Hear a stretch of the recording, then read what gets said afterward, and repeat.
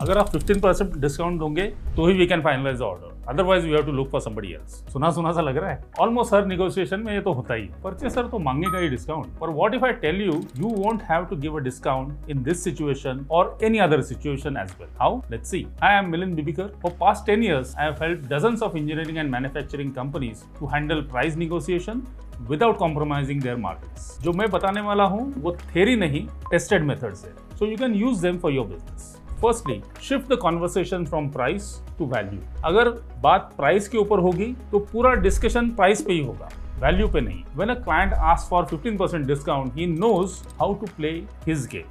But you can play a different game.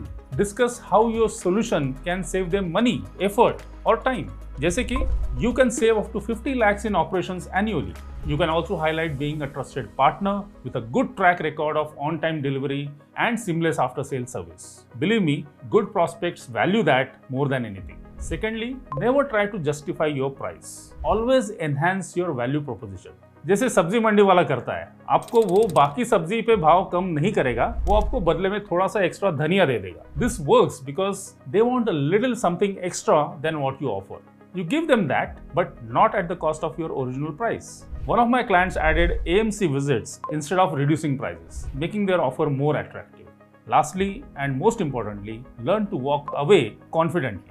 If the prospects truly values your offering, then they will definitely come back to you. And if they don't know that, they would have been a headache client. ऐसे prospects तो सिर्फ पैसे के बारे में सोचते हैं, वो सिर्फ अपना सिरदर्द बढ़ा सकते हैं, ना कि revenue. From personal experience, I can tell you that good prospects do come back. जो भी मैंने बताया वो must do है, but you can also try to go a little extra mile like some of our successful clients. Here is what they do. They document ROI from previous projects to share with prospects while negotiating. They create value-added packages instead of discounts. See what the customer want and value.